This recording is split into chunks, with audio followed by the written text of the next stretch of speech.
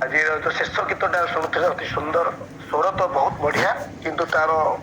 अर्थ भी अति गुरुत्वपूर्ण थिला हो जाग्रत माने जाग्रत रहिबार आवश्यकता रही दिन मानक विशेष कर तेरे ये गीत गत दिन मानक जो मस प्रस्तुत होती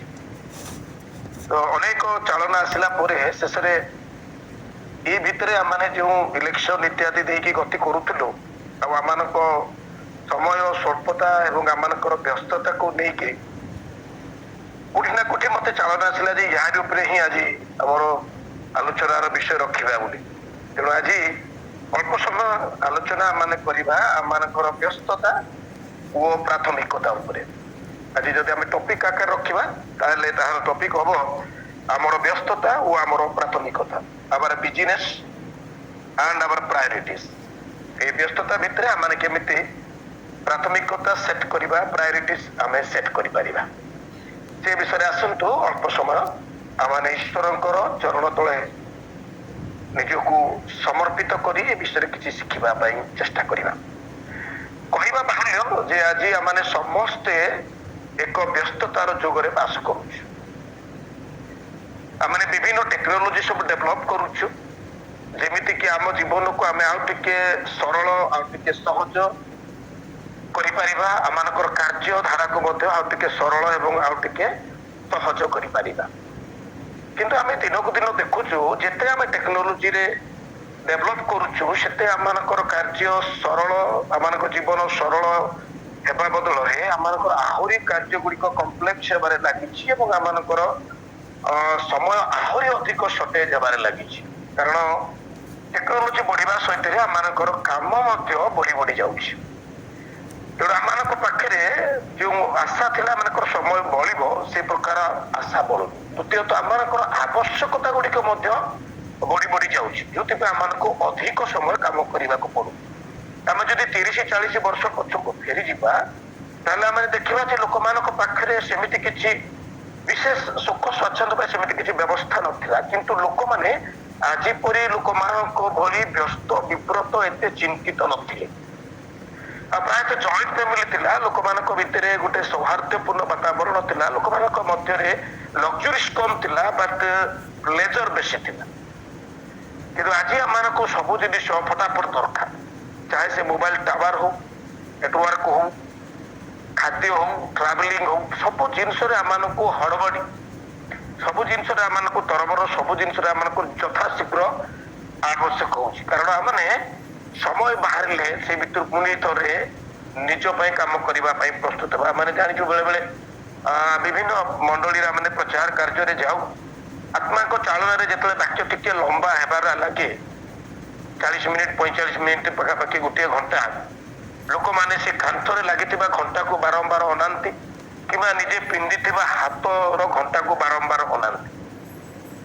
कारण से माने पूरा स्थिर कर समय भितर वाक्य सरीज आउ ये समय ठार पुणी थे मो निजर कार्य लगी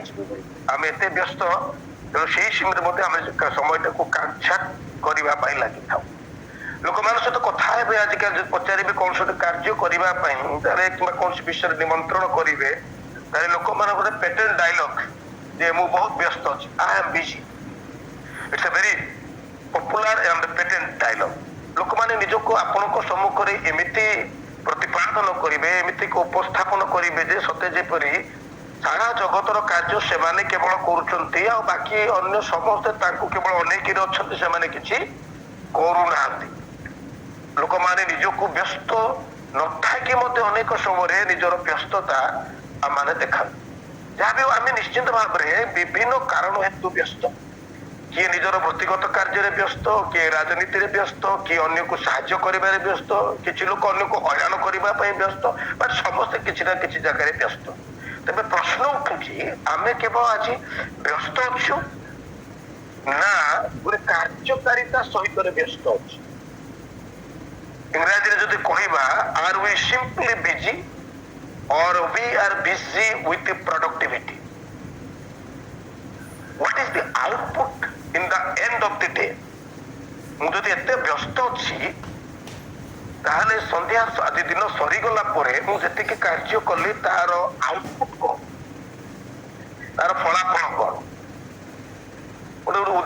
ଆପଣ ମାନେ ବୁଝିପାରିବେ ଏବେ ଜଷ୍ଟ IPL ଯାଇଛି ବହୁତ ଲୋକ କ୍ରିକେଟ ପ୍ରେମୀ ବି ଥିବେ ମୁଁ ଆଗରେ ବହୁତ କ୍ରିକେଟ ଦେଖୁଥିଲି ବଟ୍ ଏବେ ଆକ୍ଚୁଆଲି ସମୟ ପାଉନି କ୍ରିକେଟ ଦେଖିବା ପାଇଁ ତ ମୁଁ ବହୁତ ସମୟ ହେଲା ଦେଖୁନାହିଁ କିନ୍ତୁ ଦେଖିବେ କ୍ରିକେଟ ମ୍ୟାଚ୍ ଯଦି ଦେଖିବେ ଖେଳିବା ବ୍ୟକ୍ତି ତ ବ୍ୟସ୍ତ କାରଣ ସେଟା ତାର ପ୍ରଫେସନ କିନ୍ତୁ ଦେଖିବା ବ୍ୟକ୍ତି ତାଠାରୁ ଅଧିକ ବ୍ୟସ୍ତ ଉଭୟ ପୁରା ଦିନ ସମୟ ଦିଅନ୍ତି 8-10 ଘଣ୍ଟା କମ ସେ କମ ଯଦି ଆପଣ ୱାନ୍ ଡେ ମ୍ୟାଚ୍ ଦେଖୁଛନ୍ତି ଖେଳାଳି ଜିତିଲେ କିମ୍ବା ହାରିଲେ ଶେଷରେ ତାକୁ ନିଶ୍ଚିତ ଭାବରେ ପ୍ରିଜ୍ ମିଳିବ କାରଣ ସେ ତା ପ୍ରଫେସନ କରୁଥିଲେ ମାତ୍ର ଅନ୍ୟ ପକ୍ଷରେ ଆମ ଭଳିଆ ଦେଖିବା ଲୋକ ବିନା କାମ ବିନା ଲାଭରେ ବିନା କାରଣରେ ବଲକୁ ବଲ ଅନେକ ଥାଇ ସମୟ ତ ଅତିବାହିତ କରୁଛନ୍ତି ତା ଭିତରେ ମଧ୍ୟ ଅସ୍ତବ୍ୟସ୍ତ ହଉଛୁ ଅଧିକନ୍ତୁ ଯଦି ଆମେ ଯୋଉ ଟିମକୁ ସମର୍ଥନ କରୁଛୁ ଯଦି ସେଇ ଟିମ୍ କୌଣସି କାରଣରୁ ହାରିଗଲା ତେବେ ତ କଥା ସରି ତେବେ କହିବାର ଉଦ୍ଦେଶ୍ୟ ହେଲା both the players and the audience are busy but the player is busy with productivity and the audience is busy without any productivity ଦୁହେଁ ବ୍ୟସ୍ତ କିନ୍ତୁ ଖେଳାଳି ତାର ଗୋଟେ ଉଦ୍ଦେଶ୍ୟ ଥାଇକିରି ସେ ବ୍ୟସ୍ତ ଆଉ ଦେଖିବା ଲୋକ ବିନା କାରଣରେ ସେଥିରେ ବ୍ୟସ୍ତ this is also applicable in our spiritual life ଏଟା କେବଳ ଗୋଟେ ଭୌତିକ ଜୀବନରେ ଲାଗୁ ହୁଏନି ମାତ୍ର ଆମମାନଙ୍କର ଆତ୍ମିକ ଜୀବନରେ ମଧ୍ୟ ଲାଗୁ ହୁଏ କାରଣ ସମୟକୁ ଯଦି ଆମେ ଦେଖିବା ତାହେଲେ ଏଇ କ୍ଷେତ୍ରରେ ପରମେଶ୍ୱର ସମସ୍ତଙ୍କ ସହିତ ଫେୟାର ଡିଲ୍ କରିଛନ୍ତି ଏଥିରେ କୌଣସି ପ୍ରକାର ପାତର ଅନ୍ତର କରିନାହାନ୍ତି ସେ ପ୍ରତ୍ୟେକ ଦିନ ଆମ ସମସ୍ତଙ୍କୁ 24 ଘଣ୍ଟା ଦେଇଥାନ୍ତି ଧନୀକୁ ବି 24 ଘଣ୍ଟା ଦିଅନ୍ତି ଗରିବକୁ ବି 24 ଘଣ୍ଟା ଦିଅନ୍ତି ଜ୍ଞାନୀକୁ ବି 24 ଘଣ୍ଟା ଦିଅନ୍ତି ଅଜ୍ଞାନୀକୁ ବି 24 ଘଣ୍ଟା ଦିଅନ୍ତି ତ everybody is getting 24 hours every day ତା ସହିତ ମଧ୍ୟ ସେ ଆମକୁ ଡିସ୍କ୍ରିପସନାରୀ ପାୱାର ଦିଅନ୍ତି ଯେ ଏଇ 24 ଘଣ୍ଟାକୁ ଆମେ କେମିତି ବ୍ୟବହାର କରିବା ସେଇ ଅଥରିଟି ବା ସେଇ ପାୱାର ସେ ରାଇଟ୍ ସେ ଆମକୁ ଦେଇଛନ୍ତି ଏଇ ଯୋଉ 24 ଘଣ୍ଟା ପ୍ରତିଦିନ ମୁଁ ଦଉଛି ତାକୁ ତମେ କେମିତି ବ୍ୟବହାର କରିବ କିଛି ଲୋକ ସେ 24 ଘଣ୍ଟାରେ 5-10ଟା କାମ କମ୍ପ୍ଲିଟ କରନ୍ତି କିଛି ଲୋକ ସେଇ 24 ଘଣ୍ଟା ଭିତରେ ଗୋଟିଏ କାମ ବି କମ୍ପ୍ଲିଟ କରିପାରନ୍ତିନି ସମୟ ବଳିବା କଥା ତ ବହୁତ ଦୂରର କଥା ଥାଏ ଆମ ପାଖରେ ସମୟ ଅଭାବ କିମ୍ବା ପ୍ରାଚୁର୍ଯ୍ୟତାର କଥା ନାହିଁ lack of time or plenty of time doesn't matter କରୁଛି ଆମେ ଏଇ 24 ଘଣ୍ଟାକୁ କେମିତି ବ୍ୟବହାର କରୁଛୁ how we are utilizing this 24 hours ଯଦି ଆମ ଭଳିଆ ଗୋଟେ କମନ ମ୍ୟାନର 24 ଘଣ୍ଟାର ସାରଣୀକୁ ବା 24 ଘଣ୍ଟାର ଗୋଟେ ସ୍କେଡ୍ୟୁଲକୁ ଦେଖିବେ ତାହେଲେ ନର୍ମାଲ ଏ ପ୍ରକାର ହବ 8ରୁ 10 ଘଣ୍ଟା ଆମେ ଆମର ଜୀବନ ଜୀବିକା ପାଇଁ ଦେଇଥାଉ ଯଦି ଆମେ ପ୍ରଫେସନ କରୁଛେ 6ରୁ 8 ଘଣ୍ଟା ଆମେ ରେଷ୍ଟ ନେଇଥାଉ ବଡିକୁ ରିଜୁବିନେଟ କରିବା ପାଇଁ କାରଣ ନେକ୍ସଟ ଡେ କାମ କରିବା ପାଇଁ ଆମମାନଙ୍କର ପୁନର୍ବାର ବଡିର ରେଷ୍ଟର ଆବଶ୍ୟକତା ରହିଛି 2ରୁ 3 ଘଣ୍ଟା ଆମେ ଅନ୍ୟାନ୍ୟ କାମ କରିଥାଉ ମିସେଲେନିୟସ୍ ୱାର୍କ କରିଥାଉ ଯଦି ଆପଣ ଦେଖିବେ ଦିନଚର୍ଯ୍ୟାକୁ ଯଦି ଦେଖିବେ ତାହେଲେ 16ରୁ 21 ଘଣ୍ଟା ଅତି ବ୍ୟସ୍ତ ଲୋକ ହେଲେ ମଧ୍ୟ 20ରୁ 21 ଘଣ୍ଟା ଯିବ ତାର ଦୈନନ୍ଦିନ କାର୍ଯ୍ୟରେ ଏହା ଉପରେ ଆମର କାହାର କଣ୍ଟ୍ରୋଲ ନାହିଁ ବିଶେଷ କଣ୍ଟ୍ରୋଲ ନାହିଁ डिपेंड करछे हमें काम केते जल्दी सारी समय को उनका कार्य रे व्यवहार करबा but more or less we don't have control in this 16 to 20 hours एतिके समय देला परे मध्य आम पाखरे पाखा पाखी 3 घंटा 4 घंटा रु 6 घंटा पर्यंत स्पेयर टाइम रहउची जोटा को आम कंट्रोल रो that is in our control तेबे कथा होची ए जो स्पेयर टाइम रहिला ताको हमें केमिति व्यवहार करूची कारण जो माने भी जीवन रे किछि एक्स्ट्रा करिसंती से माने ए जो स्पेयर टाइम ताको से माने ताको अति वाइजली वेरी वाइजली ताको से माने व्यवहार कर कारण आम पाखरे समय अभाव निश्चित भाव रही किंतु ये जो लिमिटेड टाइम भितरे आमे केमिति प्रायोरिटी सेट करबा सेटा होची बहुत बड़ इंपोर्टेंट विषय सॉरी এটা কেবল আমানকৰ ভৌতিক দৃষ্টিকোণৰ সময়ৰ অভাৱ নাই মাত্ৰ আমানকৰ আত্মিক দৃষ্টিকোণৰ মধ্যে সময়ৰ অভাৱ ৰহিছে আৰু এই বিষয়କୁ নেই প্রভু যীশু খ্রিস্ট যেতବେଳେ ତାଙ୍କର ସେ ସେବା କାର୍ଯ୍ୟ ଆରମ୍ଭ କଲେ ପ୍ରଥମରୁ ହିଁ এই ସମୟର ସ୍ୱଳ୍ପତାକୁ ନେଇ ଆମମାନଙ୍କୁ ସେ ଚେତନା ଦେଇଥିଲେ ଆମେ ଯଦି ପଢିବା ମାତ୍ୟ ତାର 4 ପର୍ବ 17 ପଦରେ ଲେଖାଯାଏ ଅତି ଜଣାଶୁଣା ଶବ୍ଦ ମନ ପରିବର୍ତ୍ତନ କର କାରଣ ସ୍ୱର୍ଗ स्वर्ग राज्य सन्निकट दैट मीन सी भी कहवाक चाहूले जे स्वर्ग राज्य आसवा आउ समय ना इट्स वेरी नियर इंग्राजी किसी ट्रांसलेशन लिखा जाए the kingdom of God is eight hand माने पूरा हाथ पाहांता आपण हाथ स्ट्रेच कले पहुंची पारिबे सेतिकी पाखरे अछि दैट मीन्स से कहवाक चाहूले जे अनंत जीवन प्रवेश करने स्वर्ग राज्य प्रवेश करने महाविचार समय आसवा समय आउ ना it is already and of the end times शेष दिन शेष दिन आसी पहुंची जाइए जहाँ प्रकाशित वाक्य पढ़ू तार 22 पर्व 7 और 12 पद आप पढ़े देखा जाए देख आम शीघ्र आसु दिन जगह आरंभ हुए देख आम शीघ्र आसुअछु बिहोल्ड आई एम कमिंग सून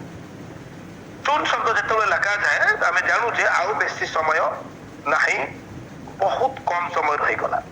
तेणु प्रभु यीशुख्रीष्ट आम चेते केवल भौतिक भाव में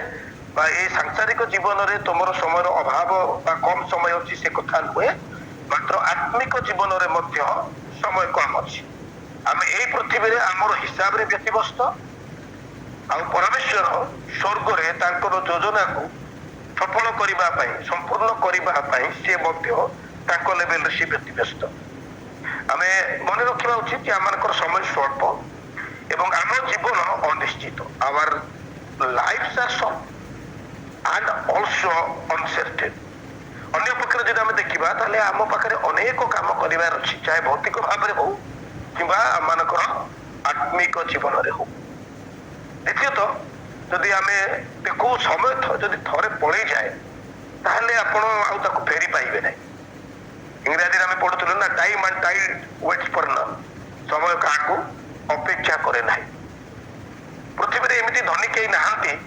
जी कि गतकाली किणी दे पारे कौन से एत धनी व्यक्ति नहांती कौन सी वस्तु किणी पारती बट गतकाली बीती जाइए समय से किणी पारे कि पृथ्वी में एमती कौन सी बैंक ना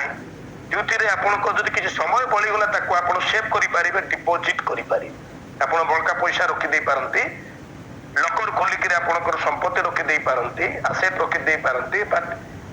you will not have any bank all over the world to deposit your spare time or your balance time. ये आम जानीपु जे इन शॉर्ट आम पाखे समय ना जो समय भी अच्छी आम वेरी वाइजली आमको यूज करार अच्छी wasting time is wasting life recently गोटे बढ़िया रील देखुली नई तले आराम से बसिक समय बीतू सांग आसिक पचारुची करकिया रे से कहते मैं बदला रह रहा किससे ना वक्त से बोलो वो कैसे पहले वक्त ने मुझे बर्बाद किया अभी मैं वक्त बर्बाद कर रहा हूँ राइट कि दीटा जाक क्षेत्र से निजे बर्बाद होची से जानी पारु ना wasting time is wasting life जेहेतु समय स्वल्प एवं अति क्षिप्र गति बीती जाऊँगी देखु देखु बीती जाऊँगी तेज आमको बहुत वाइजली व्यवहार करने आवश्यक because it's very limited asset time is very limited and valuable asset धनी लोक मैंने कहते टाइम इज मनी समय ही संपद तेणु गुरुत्वपूर्ण विषय है यही स्वल्प समय भितर आम मैंने ये समय को केमी व्यवहार करवा आप लाइफ में जब देखिए वी हैव टू सर्कल्स गोटे इनर सर्कल आ गोटे आउटर सर्कल इनर सर्कल रे आमे गुरुत्वपूर्ण विषय सब रखी था तथा परमेश्वर निजे परिवार एवं जीविका आउटर सर्कल रे बाकी सब जिनस रही आमे बेले बेले कौन कर आउटर सर्कल रे जो जिनस रहा कथा ताको आमे इनर सर्कल को नहीं आसू एवं इनर सर्कल जो गुरुत्वपूर्ण विषय रहा कथा से गुड़ाक आमे सब आउटर सर्कल को नहीं जाऊ अन्य अर्थ में आमे आपको कहू वर्टिकल अलाइनमेंट यानी कि नंबर 1 टॉप रे रहिले गॉड परमेश्वर तापरे रहिले आपण निजे तापरे रहिले आपणकर फैमिली तापरे रहिले आपणकर प्रोफेशन जहाँ आपण कहउचंती कार्य एवं तापरे रहिले अन्य others this is called as vertical alignment यानी ऊपर तळ को आपण प्रायोरिटी बेसिस रे 1 2 3 4 रही दिस इज वर्टिकल अलाइनमेंट आको जति आपण डिस्टर्ब कर देबे वर्टिकल अलाइनमेंट को जति डिस्टर्ब कर देबे ताहले एकदम सेटा आपन को जीवन को डिस्टर्ब करिए आम बेले गाड़ी गुड़ाक से गाड़ी बबलिंग न हो बोली अलाइनमेंट चेक करू चारिटा जाक व्हील केमिति प्रॉपर्ली रहइबो सो दैट जेतले गाड़ी चलिबो सेटा बबलिंग हबो नै सेटा शेक हबो नै ठीक से प्रकार आपन को लाइफ को जदि स्मूथली चलेबार अछि then a vertical alignment must be there number 1 position must be god then yourself then family then profession then others बा अन्य विषय जदि हमें ए वर्टिकल अलाइनमेंट को नहीं जदि हमर प्रायोरिटी सेट करू ना हो हम जदि ताको डिफॉल्ट कर ताको जदि एपट सेपट कर दो ताहले बाय डिफॉल्ट हमने निश्चित भाव में अन्य विषय प्रायोरिटी को पळे आसी हमें जदि निज पई हमें प्रायोरिटी सेट करू ना हो ताहले बाय डिफॉल्ट संसार आम पई ताहार उद्देश्य रे प्रायोरिटी सेट करी सेति पई माथि तार 6 पर्व 33 पद रे प्रभु जी कृष्ण शिखैतिले किंतु तुम्हें माने प्रथम रे ताको राज्य और धार्मिकता अन्वेषण कर आउ ए समस्त विषय मध्य तुम्भ मानक दिया से भी हमको शिखैतिले जे वर्टिकल अलाइनमेंट रे मोस्ट जिनिस रहइबो आ से हेउतंदी स्वयं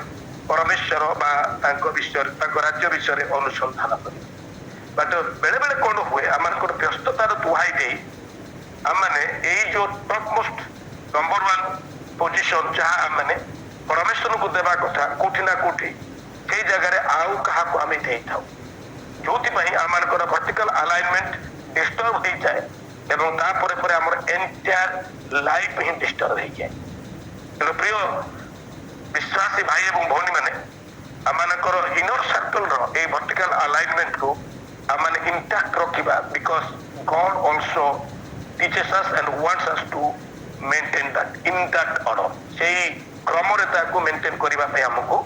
शिक्षा एबे आसंतु जो समय आमान पाखरे बढिला 3-4 घंटा ताको हम केमिति व्यवहार करि परिबा गोटे प्रिंसिपल अछि आपण माने पढिथिबे कि नाही पेरेटो प्रिंसिपल बा 80-20 प्रिंसिपल बोली सेटा universally applicable in all respect आपनकर सब विषय सेटा बहुत बढ़िया लागू हुए सेतिर से लेखंती आमानकर जीवन रे 80% उपलब्धि मात्र 20% समय दे के हम हासिल करि थाउ we achieve 80% things by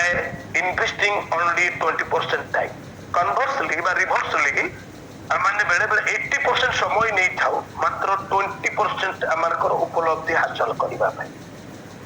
तो से परवर्ती अध्याय कहते अर्थात जो 80% आपण 20% समय देकरी हासिल करूचंती सेही तिकरे आपण डबल काम करंतु ताहले आपण आउ 60% अधिक अचीव करि पारिबे अधिक हासिल करि पारिबे एटा मो भौतिक भाव रे कहूची एवं एटा आत्मिक दृष्टिकोण रे मध्य कहूची भौतिक दृष्टिकोण रे मध्य आपण जो काम करूचंती जो काम रे आपण 20% समय देकरी 80% रिजल्ट पाउचंती सेतिरे आउ डबल काम करंतु सो दैट आपण 60% अधिक रिजल्ट हासिल करि पारिबे यदि आत्मिक दृष्टिकोण रे देखिबा ताहले परमेश्वर आमानको विभिन्न प्रकार आत्मिक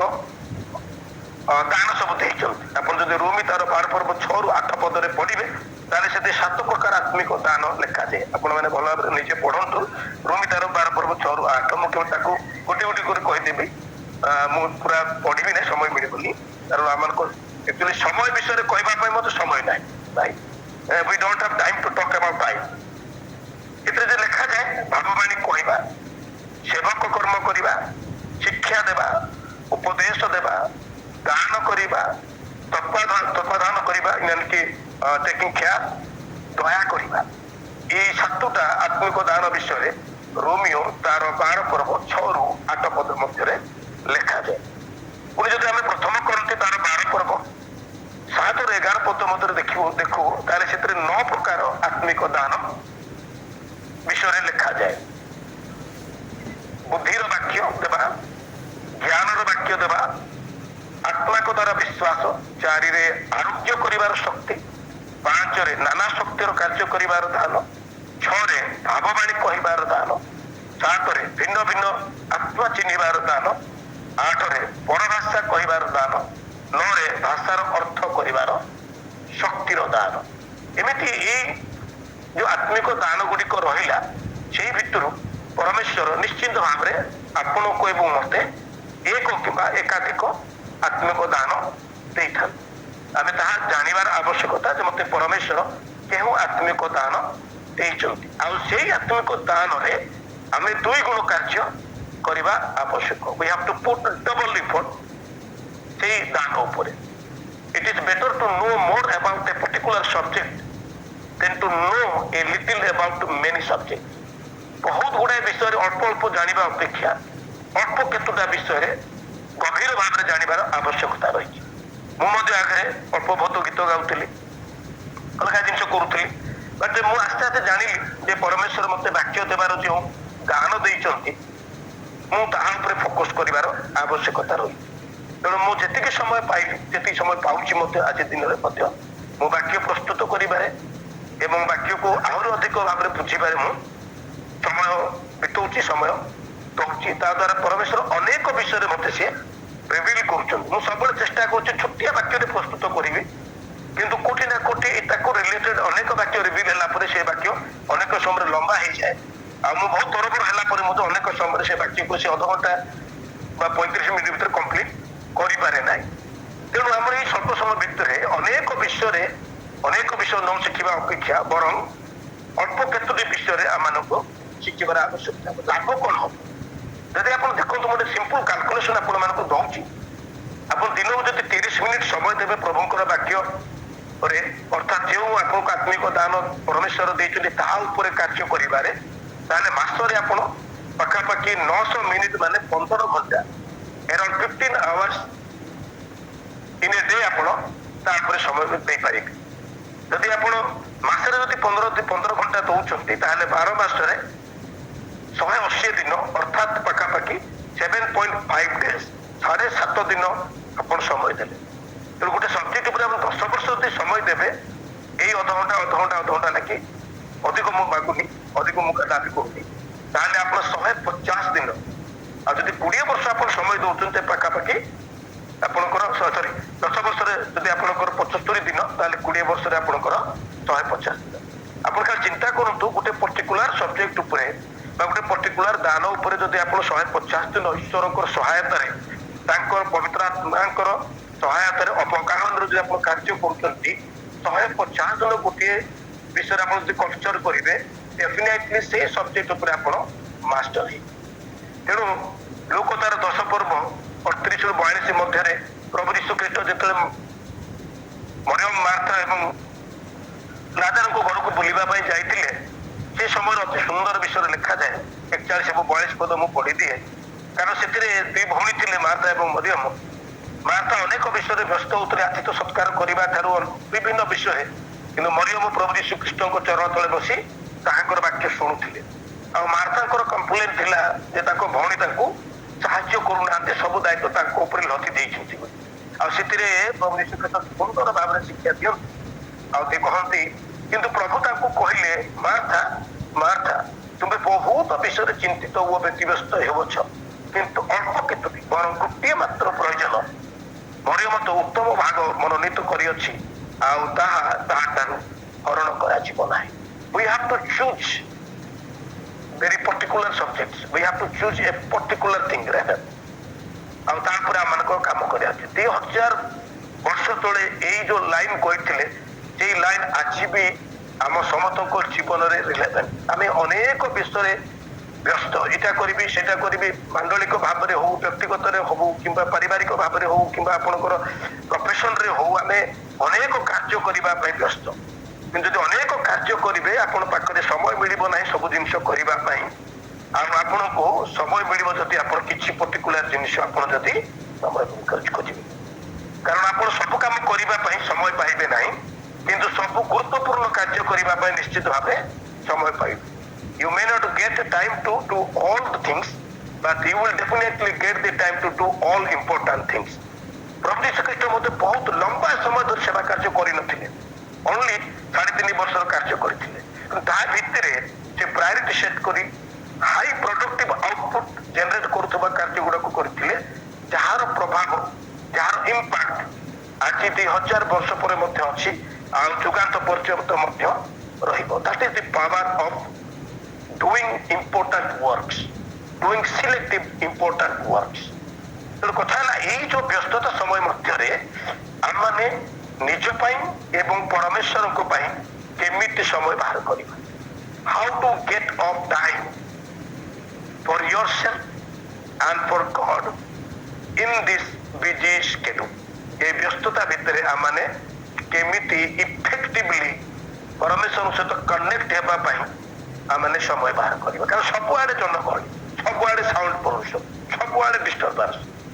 ଅଧଘଣ୍ଟା ଘଣ୍ଟାଟେ ମଧ୍ୟ ତା ଭିତରେ ଆମ ପାଖରେ ଗୋଟେ ଗୋଟେ ଅଛି ମୋବାଇଲ, ଏକାଧିକ ମୋବାଇଲ ଅଛି। ଆପଣ ଏକାଗ୍ର ଭାବରେ ବସିଲା ବେଳେ ସିଏ ମଝିରେ ପୁଣି ବାଜିଲାଣି। ଏଇ ଯୋଉ ବ୍ୟସ୍ତତା ଭିତରେ ସମୟ କେମିତି ବାହାର କରିବେ ଆପଣ ନିଜର ଲୋନଲିନେସ୍ ପାଇଁ? କାରଣ ଆପଣ ଏକା ଯଦି ବସିବା ପାଇଁ ଅଭ୍ୟାସ କରିନାହାନ୍ତି ତାହେଲେ ଆପଣଙ୍କୁ କେବେ ବି ରେଭଲ୍ୟୁସନ ଆସିବ ନାହିଁ। ଯଦି ପାତ୍ରଦୀପକୁ ଜଣକୁ ଯଦି ନିର୍ବାସନ ଦଣ୍ଡରେ ଦଣ୍ଡିତ କରିକି ପଠା ଯାଇନଥାନ୍ତା ହୁଏତ ପ୍ରକାଶିତ ବାକ୍ୟ ଆଜି ଆମମାନଙ୍କ ପାଖରେ ନଥାନ୍ତା। When you are alone, then you will get the revelation. ଯେତେବେଳେ ଆପଣ ଏକା ପରମେଶ୍ୱରଙ୍କ ସମ୍ମୁଖରେ ଘଣ୍ଟା ଘଣ୍ଟା ଧରି ବସିବାକୁ ଅଭ୍ୟାସ କରିବେ ତାହେଲେ ଆପଣ ଅନେକ ବିଷୟରେ ସେ ଆପଣଙ୍କୁ ଜଣେଇବେ। 5 ମିନିଟ୍ 7 ମିନିଟ୍ 10 ମିନିଟ୍ କଣ ଗୋଟେ କରିଦେଇକି ବହୁତ ବଡ ବିଷୟ ଆପଣଙ୍କର ଜ୍ଞାନ ଚକ୍ଷୁ ଉଦୟ ହେବାର ନାହିଁ, ମୋର ଜ୍ଞାନ ଚକ୍ଷୁ ଉଦୟ ହେବାର ନାହିଁ। ପ୍ରଭୁ ଯୀଶୁ ଖ୍ରୀଷ୍ଟ ସ୍ୱୟଂ ତାଙ୍କର ବ୍ୟସ୍ତମୟ ସେବା କାର୍ଯ୍ୟ ମଧ୍ୟରେ କେମିତି ସେ ପ୍ରାୟୋରିଟି ସେଟ୍ କରୁଥିଲେ ଆଉ କେମିତି ସେ ସମୟ ବାହାର କରୁଥିଲେ ଆପଣଙ୍କୁ ଅଳ୍ପ କେତେଟା ବିଷୟ ମୁଁ ସମାପ୍ତ କରିବା ପାଇଁ ଚାହିଁବି। ଦେଖିବେ ଆପଣ ଯଦି ଦେଖିବେ ତାଙ୍କର ସେବା କାର୍ଯ୍ୟ ସମୟରେ, କାରଣ ଆମକୁ 12 ବର୍ଷରୁ ତାଙ୍କର 29 ବର୍ଷ ପର୍ଯ୍ୟନ୍ତ ସେ ସମୟ ତ ଆମମାନଙ୍କୁ ବିଶେଷ କିଛି ଆମଙ୍କର ଲେଖା ନାହିଁ, ଯେହେତୁ ଏମାନଙ୍କୁ ଲିଟରେଚରରେ ଅଳ୍ପ ବହୁତ ଲେଖା ଅଛି, ବଟ୍ ବାଇବେଲରେ ବିଶେଷ କିଛି ଲେଖା ନାହିଁ। କିନ୍ତୁ ସେ ଯେତେବେଳେ ସେବା କାର୍ଯ୍ୟ ଆରମ୍ଭ କଲେ ସେଇ ଯୋଉ 3.5 ବର୍ଷ ସେବା କାର୍ଯ୍ୟ କଲା ଭିତରେ ସେ ବ୍ୟସ୍ତ ସମୟ ମଧ୍ୟରେ ମଧ୍ୟ ସେ କେମିତି ପ୍ରାର୍ଥନାରେ ଏକା ରହୁଥିଲେ ଆଉ କୋଉ କୋଉ ସମୟରେ ରହୁଥିଲେ ଆଜି କିଛି ସମୟ ଆପଣଙ୍କୁ 7 ମିନିଟରେ ସମାପ୍ତ କରିବା ପାଇଁ ମୁଁ ଚେଷ୍ଟା କରୁଛି। ପ୍ରଭୁ ଯୀଶୁ ଦେଖିବେ ଅଧିକାଂଶ ସମୟରେ ପ୍ରତିଦିନରେ ଅତି ପ୍ରଭାତରେ କିମ୍ବା ଲେଟ୍ ନାଇଟରେ ଯେତେବେଳେ ଲୋକମାନେ ତାଙ୍କଠାରେ ନଥିବେ, ଲୋକ ଗହଳି ନଥିବ, ଜନଗହଳି ନଥିବ, ସେତେବେଳେ ସେ ପିତାଙ୍କ ନିକଟରେ ପ୍ରାର୍ଥନା କରିବା ପାଇଁ ଏକାକି ଯାଉଥିଲେ। ହଁ, ବେଳେ ବେଳେ 2-3 ଜଣ ଶିଷ୍ୟଙ୍କୁ ସେ ସାଙ୍ଗରେ ନଉଥିଲେ, କିନ୍ତୁ ଅନେକ ସମୟରେ ତାଙ୍କୁ କିଛି ଡିଷ୍ଟାନ୍ସରେ କିଛି ଦୂରରେ ରଖିକି ସେ ଏକା ଆଉ ଟିକେ ଆଗକୁ ଯାଇକି ସେ ପ୍ରାର୍ଥନା କରୁଥିଲେ। ହି ୱାଜ ପ୍ରେଇଂ ଏଲୋନ୍। ମାର୍କ ତାର 1:35 ଲେଖାଯାଏ, ପାହାନ୍ତିଆ ସମୟରେ ଅନ୍ଧାର ଥାଉ ଥାଉ ସେ ଉଠି ବାହାରି ଗଲେ ଓ ଗୋଟେ ନିର୍ଜନ ସ୍ଥାନ ଯାଇ ସେଠାରେ ପ୍ରାର୍ଥନା କରିବାକୁ ଲାଗେ। ଲୋନଲି ପ୍ଲେସ୍, କୌଣସି disturbance, there will be no interruption of the connection. ପରମେଶ୍ୱରଙ୍କ ସହିତ ପିତାଙ୍କ ସହିତ କମ୍ୟୁନିକେସନରେ, କଣ୍ଟାକ୍ଟରେ, କନେକ୍ସନରେ କୌଣସି ପ୍ରକାର ଯେପରି ବାଧା ନ ଉପୁଜିବ ସେଥିପାଇଁ ସିଏ ଅନ୍ଧାର ଥାଉ ଥାଉ ଲୋକମାନଙ୍କର ସମାଗମ ହେବା ପୂର୍ବରୁ ନିର୍ଜନ ସ୍ଥାନରେ ଯାଇ ସେ ପ୍ରାର୍ଥନା କରୁଥିଲେ। ସେମିତି ଲୋକ ତାର 4:42 ମଧ୍ୟ ଲେଖାଯାଏ, ପ୍ରଭାତ ହୁଅନ୍ତେ ସେ ବାହାରି ଗୋଟିଏ ନିର୍ଜନ ସ୍ଥାନକୁ ଗଲେ ପ୍ରାର୍ଥନା କରିବା ପାଇଁ। ସେମିତି ଆପଣ ଦେଖିଥିବେ ଲୋକ ତାର 9:28-29 ଯେତେବେଳେ ସେ ରୂପାନ୍ତରଣ ସମୟରେ ସେ ମଧ୍ୟ ଯଦି ବି ତାଙ୍କ ସାଙ୍ଗରେ 3 ଜଣ ଶିଷ୍ୟ ଯାଇଥିଲେ ତଥାପି ମଧ୍ୟ ସିଏ କିଛି ଦୂରରେ ଯାଇ ପ୍ରାର୍ଥନା କରୁଥିଲେ। ପ୍ରଭୁ ଯୀଶୁ ଖ୍ରୀଷ୍ଟ ଏହି ବ୍ୟସ୍ତ ସମୟରେ ମଧ୍ୟ ନିର୍ଜନ ସ୍ଥାନରେ ପ୍ରାର୍ଥନା କରିବା ପାଇଁ ଅତି ପାହାନ୍ତିଆ ସମୟକୁ କିମ୍ବା ଲେଟ୍ ନାଇଟକୁ ପ୍ରିଫର କରୁଥିଲେ ଜନଗହଳିକୁ ଏଡ଼େଇବା ପାଇଁ। ତୃତୀୟରେ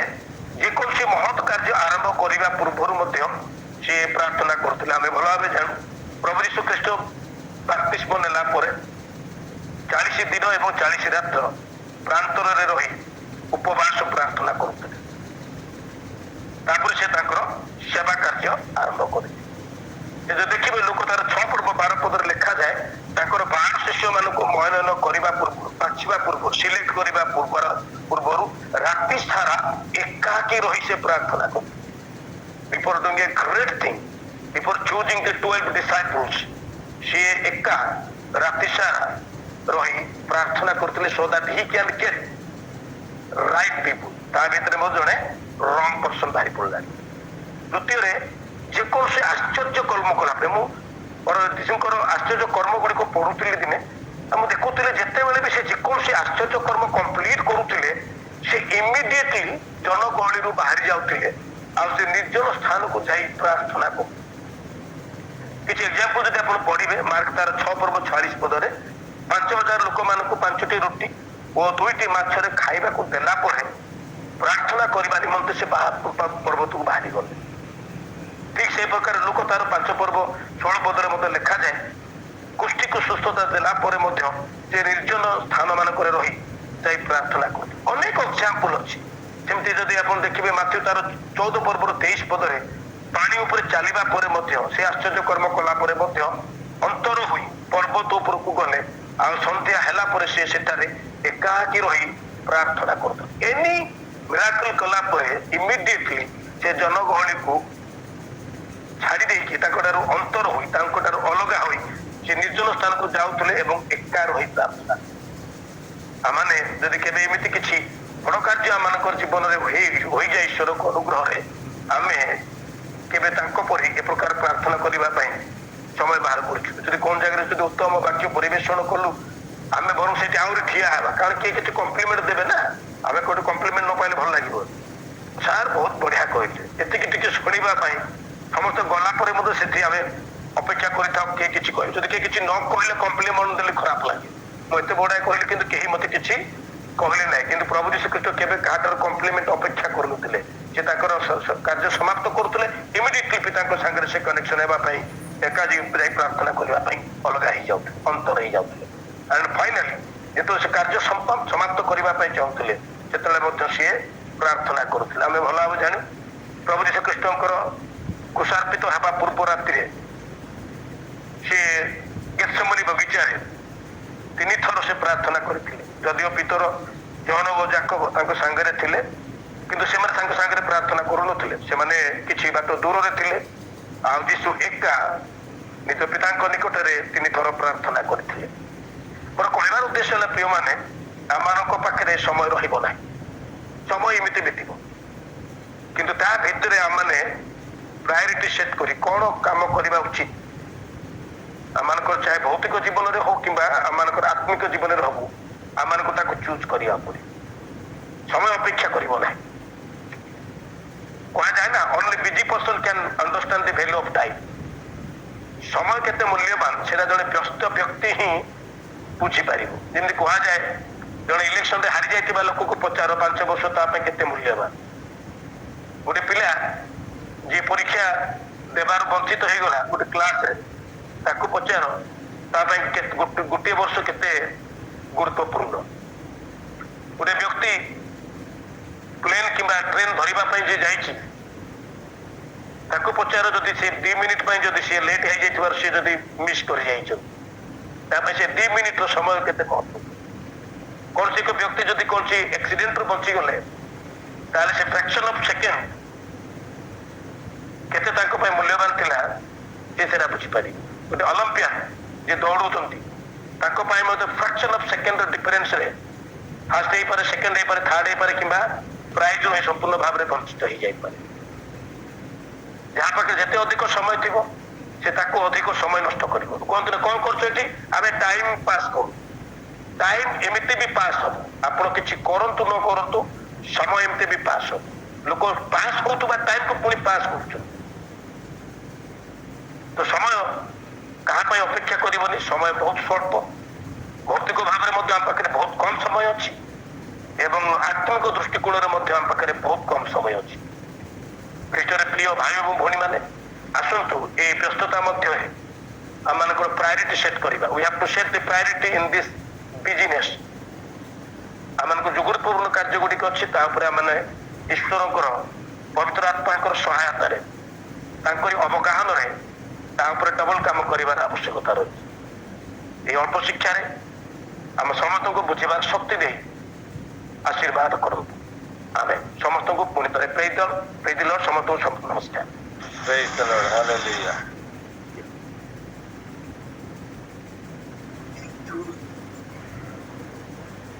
भाई सुंदर शिक्षा କାର୍ଯ୍ୟ ବ୍ୟସ୍ତତା ବର୍ତ୍ତମାନ ଯୁଗରେ ବଢି ଯାଇଛି। ଲିଜର ଆମ ଜୀବନରୁ ଧୀରେ ଧୀରେ ଉଭେଇ ଯାଉଛି। ପ୍ରଡକ୍ଟିଭିଟି ବିନା କାରଣରେ ଭୌତିକ ଜୀବନ ତଥା ଆତ୍ମିକ ଜୀବନରେ ଆମେ ବହୁତ ବ୍ୟସ୍ତ ରହୁଛୁ। ଆମର ସାରା ଦିନର ବ୍ୟସ୍ତତାରୁ ଆମେ ଆଉ କଣ ପାଉଛୁ? ଯେତେବେଳେ ମୁଁ ଆଜିର ବାକ୍ୟ ଶୁଣୁଥିଲି ଆଉ ନିଜକୁ ଆଜିର ଶିକ୍ଷାର ମାପଦଣ୍ଡରେ ମାପୁଥିଲି, ମୁଁ ଦେଖିଲି ଆଉ ଅନୁଭବ କଲି ପ୍ରାୟ ମାସେ ହେଲା ଆତ୍ମିକ ଜୀବନ